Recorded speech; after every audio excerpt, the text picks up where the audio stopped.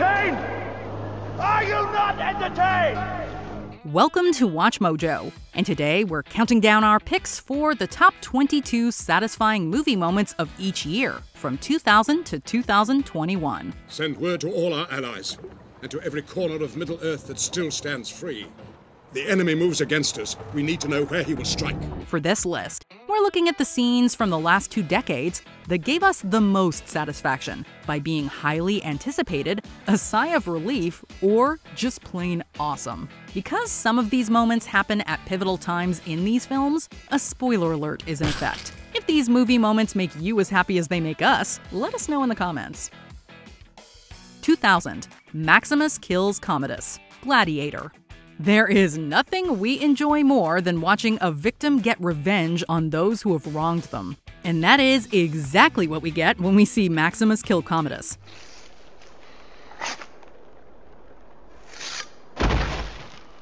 Maximus is the rightful emperor of Rome, but Commodus murders his own father to become emperor, and has Maximus's family killed as well. After Maximus is sold to a gladiator trainer, he performs flawlessly time and time again, and he finally gets his chance to fight Commodus. Before the battle begins, Commodus stabs Maximus. Not to worry though, as we couldn't imagine a better finale to this combat than watching Maximus fulfill his revenge. And we are delighted that that is exactly what we get to see. Go to them.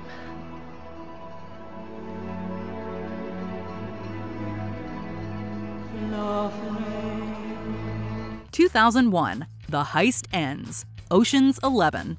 The Ocean's franchise is known for 2 things: an all-star cast and a heist that is not as it appears, and they set the stage right from the very first film. Danny Ocean's heist is planned out down to every last detail, with everyone having to do their part at exactly the right time. That's why we had to be very careful, very precise. Well funded. Yeah. You gotta be nuts, too. So, when we see what seems to be everything going wrong, we can't help but panic. That moment of fear is what sets us up for the moment of huge relief when we realize that we, along with Terry Benedict, have been fooled. It was staged. Somebody made a duplicate of my vault. And what we saw on the monitor wasn't actually happening. I don't understand. What happened to all that money? The heist went off just as they had actually planned, and we adored getting to watch them bask in the glory of their success. 2002. Upside Down Kiss. Spider-Man. Peter Parker is the quintessential nerd who spends his days taking photos for the school newspaper and admiring Mary Jane, the girl next door. Don't make me look ugly. That's impossible. We love seeing this adorable character transform into a superhero, and his red-headed crush takes notice of him as well. Unaware of his identity, Spider-Man swoops in and saves the day for Mary Jane time after time as her feelings for Spider-Man grow stronger. The best moment between these two happens after Peter saves her from a group of thugs. And in the pouring rain, upside down, they have their coveted kiss. And we can only imagine how much the audience is cheering at their screens.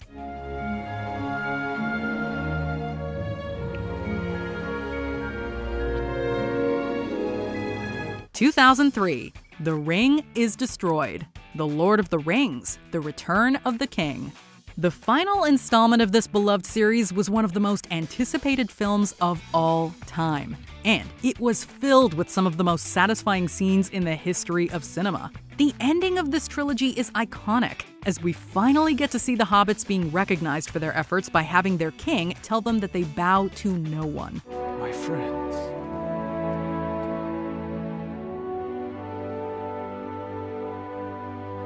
You bow to no one. However, the scene that left us feeling the most triumphant was when we got to see the ring destroyed. As Frodo and Gollum have a final battle on Mount Doom, we couldn't help but applaud when we got to see Gollum and the ring both fall into the river of lava.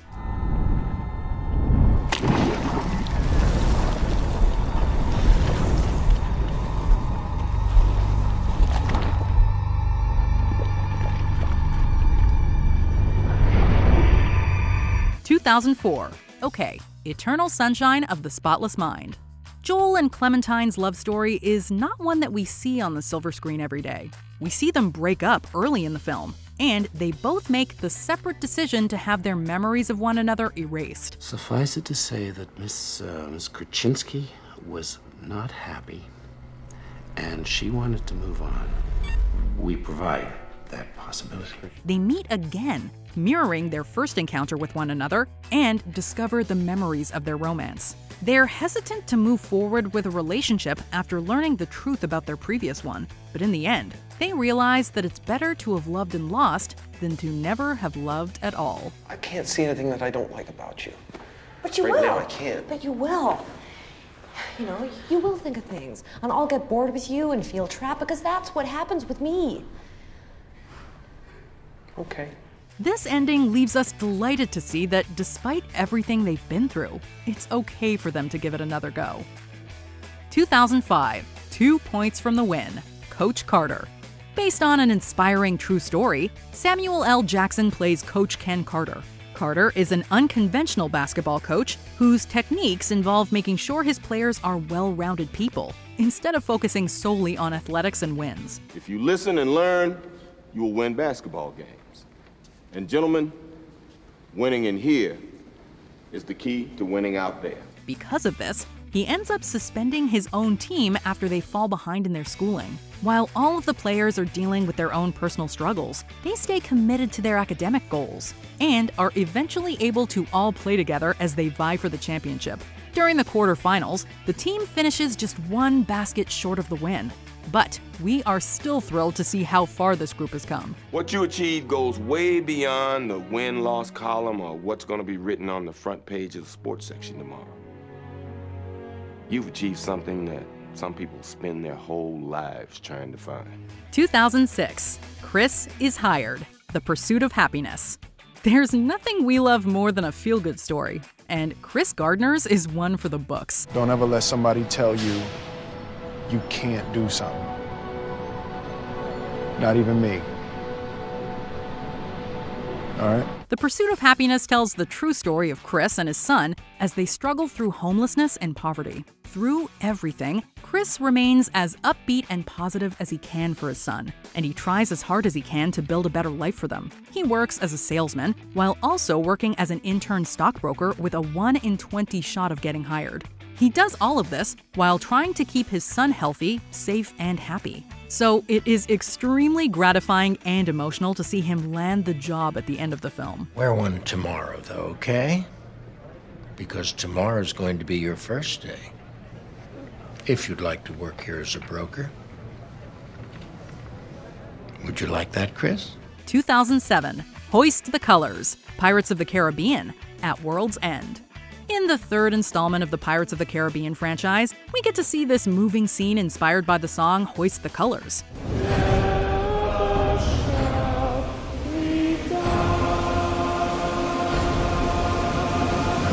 The song is about raising a pirate's flag, and it is first heard at the beginning of the film when anyone with any association with piracy is sentenced to be hanged.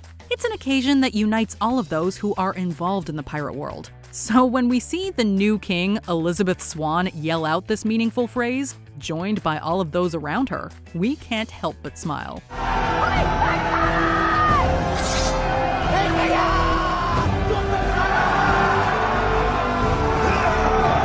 2008, I Am Iron Man. Iron Man. The Marvel Cinematic Universe has given us a plethora of satisfying moments. But one of the best appears in the very first film of the franchise. When we meet Tony Stark, we watch as this genius, billionaire, playboy philanthropist becomes Iron Man, adding superhero to his impressive resume. Today, Tony Stark has changed the face of the weapons industry by ensuring freedom and protecting America and her interests around the globe. He's introduced as a weapons manufacturer for the war in Afghanistan, but after experiencing firsthand the damage his work is causing, he has a change of heart. In the end, although not part of his original plan during the press conference, he reveals his identity to the world. Truth is,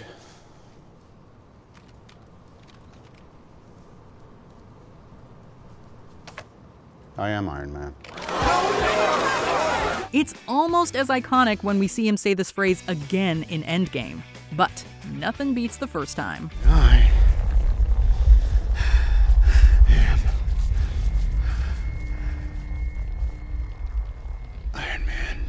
2009, What Happens at the Cinema, Inglourious Basterds. This Quentin Tarantino film has one of the most enjoyable scenes of the century so far. Tarantino loves to create historical fiction, and in this film, it is gratifying to see the death of Adolf Hitler in spectacular fashion, even if it's not exactly true to life. During a film screening being attended by Nazi leaders, the movie they're watching tells them exactly what's about to happen to them, and the theater erupts in flames and gunfire. I have a message for Germany. That you are all going to die. Seeing the leader of the Nazis killed by the bastards cemented Tarantino's ability to twist any famous event into one that leaves us feeling more satisfied than we ever could be with the real story. 2010, It Was Perfect, Black Swan. Natalie Portman's portrayal of Nina Sayers, a ballerina who slowly loses her mind throughout the production of the ballet Swan Lake, is chilling.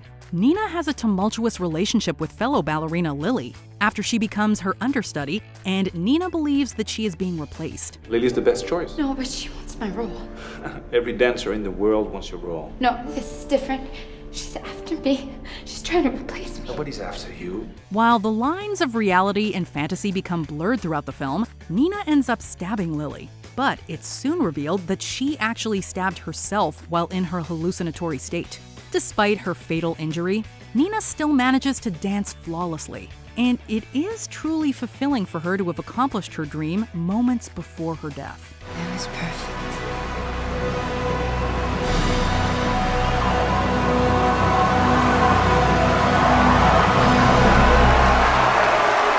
2011, Voldemort is Dead, Harry Potter and the Deathly Hallows Part 2.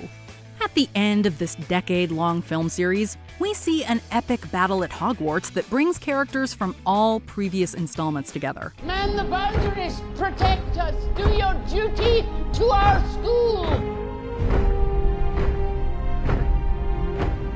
I've always wanted to use that spell. Throughout the film, we see beloved characters like Ron's brother Fred and Professor Lupin die, but everyone is shocked when we see what appears to be a lifeless Harry. Voldemort, on the other hand, is delighted, until Harry reveals that he is still alive. And after a duel between the two of them, Voldemort is finally defeated.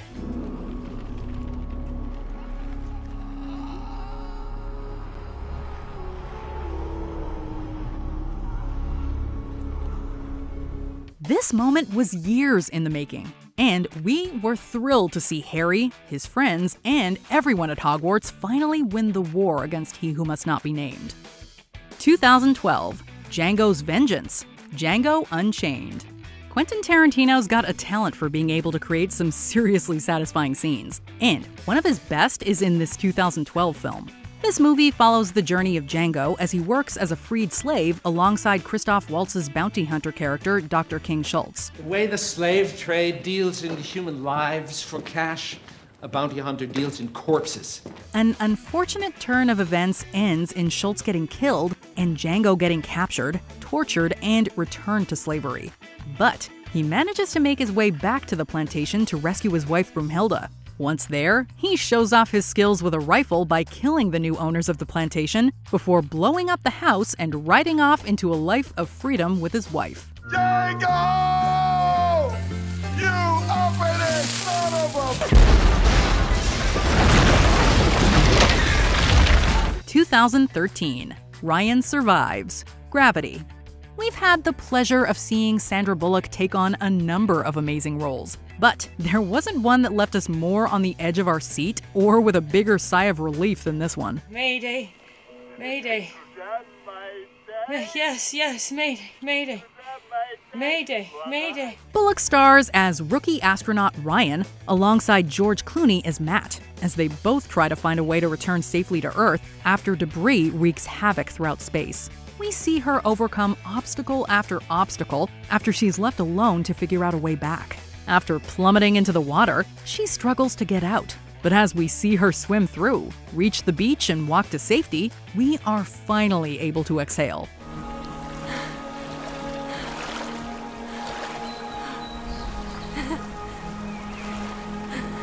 (2014) Godzilla's Atomic Kiss of Death, Godzilla. While we might not get to see as much of this movie's namesake as we'd like, all of his appearances on screen are extremely memorable. We get to see Godzilla in some epic battles throughout the film, as he uses his deathly breath to try and defeat the Mutos.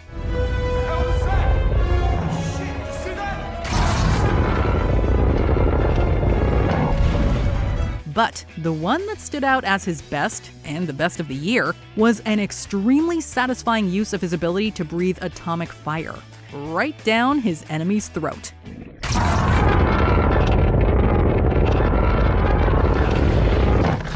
Godzilla had us feeling the anticipation with scene after scene, and this blow of death was definitely worth waiting for.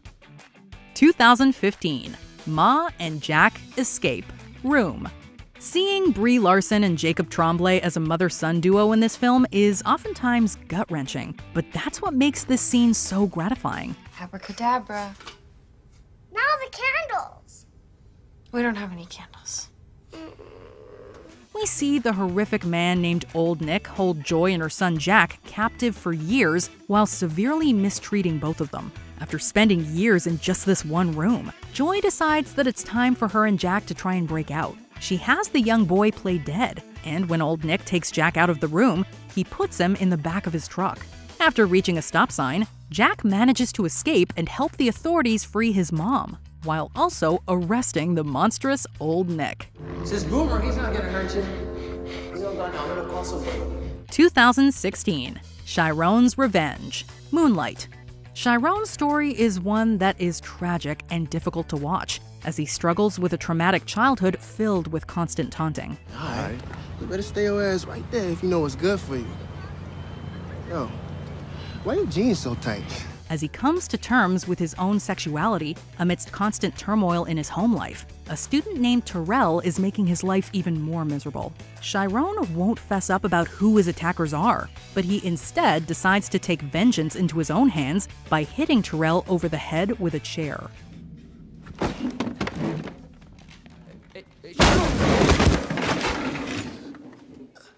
While the repercussions of his actions are not quite as satisfying, we cannot help but cheer when we see Chiron stand up for himself after everything that's been thrown at him. 2017, Chris gets away safe. Get Out. From the moment that Chris Washington arrives at his girlfriend's family's home, we can tell that something is off. It's not long until we, and Chris, discover this family's disturbing secret. What I want is deeper. I want your eye, man. Chris was brought there not to meet the family, but to be the next victim in their brain transplant operation. He manages to break free, and just as he's about to escape, he encounters and tries to kill his supposed girlfriend until a cop car pulls up. Things look bad for Chris, especially considering the original ending had Chris getting arrested, but luckily filmmaker Jordan Peele opted for a happier turn of events.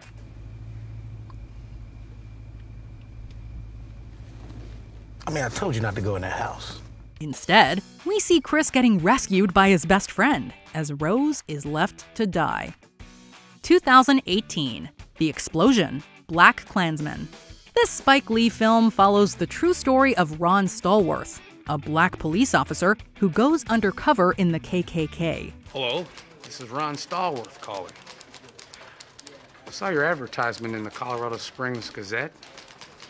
I'm interested in receiving some reading materials from you. After he finds out that his fellow KKK members are planting a bomb in the home of his girlfriend and black rights advocate Patrice, Ron quickly goes to intercept. When Felix, Walker, and Ivanhoe come by to watch the explosion, they unknowingly park right next to the bomb, leaving Patrice and Ron safe and the KKK members in smithereens.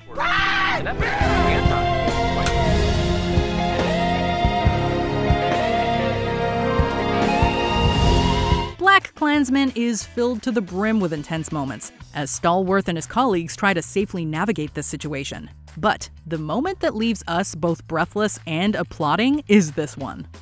2019, Avengers Assemble, Avengers Endgame.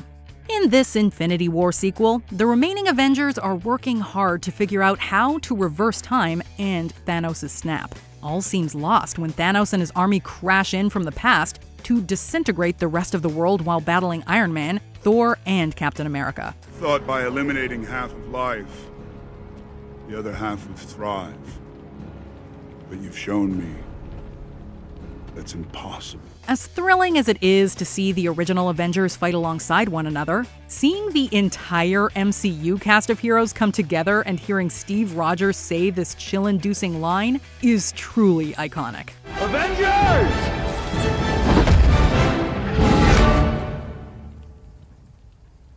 Assemble. In one of the most highly anticipated films of all time, we weren't surprised to see a scene that fulfilled all of our hopes, with all of the MCU characters finally being snapped back and reunited. 2020, Al is arrested. Promising young woman. Carey Mulligan plays Cassie Thomas, who goes from being a promising young woman to being set on getting revenge for what her college classmates did to her and her friend Nina. She was covered in bruises the next day. Handprints, I guess you could say. Was it reported? Yes. Do you know who Nina spoke to? You. Her ultimate goal throughout the movie is to expose Al, who assaulted her and Nina without any consequences. In the end, on the day of Al's wedding, he is arrested, revealing to everyone in his life that although he seemed to have it all, he was just masking his terrible actions. You're Alexander Monroe? Yep. You're under arrest for the murder of Cassandra Thomas. No. Officer, please remove the bride. Sorry. Needless to say, seeing this monster finally being brought to justice after everything he put Cassie and Nina through is extremely satisfying. Before we continue, be sure to subscribe to our channel and ring the bell to get notified about our latest videos. You have the option to be notified for occasional videos or all of them. If you're on your phone, make sure you go into your settings and switch on notifications. 2021, 3 Peter Parkers. Spider-Man, No Way Home. How do you top the Avengers assembling? How about 3 generations of Spider-Man assembling? Hello, Peter. Although most fans speculated that Andrew Garfield and Tobey Maguire would appear in No Way Home, they were excluded from the initial ads, and cast members shot down the rumors. So there was always the possibility that Marvel and Sony wouldn't deliver. This made it all the more rewarding when Garfield's Spider-Man emerged from a portal. What's your name? You don't know my name? No, I know your name. I just want to know if you know your name. Peter. Shortly after, Maguire entered, resulting in another round of thunderous applause. Garfield and Maguire are not limited to glorified cameos either, as they play pivotal roles in helping Tom Holland's Peter cope with his grief and find the strength for the final fight. With almost 20 years of build-up, this moment satisfied in ways that somehow surpassed expectations. This is all my fault. I can't save everyone.